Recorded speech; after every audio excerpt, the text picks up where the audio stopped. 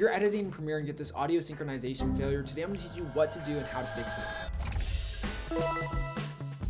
My name is Devin, welcome to 11%. Well, good news, this is not any of your plugins fault or anything wrong with your computer. It simply means the audio in your clips is not loud enough or clear enough for Premiere Pro to match them together. Audio synchronization is a Premiere Pro feature that just matches up the audio of multiple clips so that way you can lip sync songs, sync together multiple screen recordings, and so on. However, if the audio of your source clips is not loud enough or clear enough for Premiere Pro to sync it, then you're gonna encounter this error. So good news, usually it's actually just one clip that's messing it up. So if you're trying to synchronize more than just 2 clips, I recommend just going ahead one by one and unselecting at least one clip of your selection and then just continuing that same process. So I'm just selecting the bottom 4 clips, I'm doing the same exact process, and boom, just like that, it synchronized those bottom 4 takes, and that way we can tell that this top V5 track, I just have to manually synchronize it. But what I usually like to do, if it's music or maybe even a podcast, is I like to just find one beat or one word, and then I like to just match it up with every other song. So I can tell that the beat starts right here, so then I'm just going to line it up to match with all the other beats,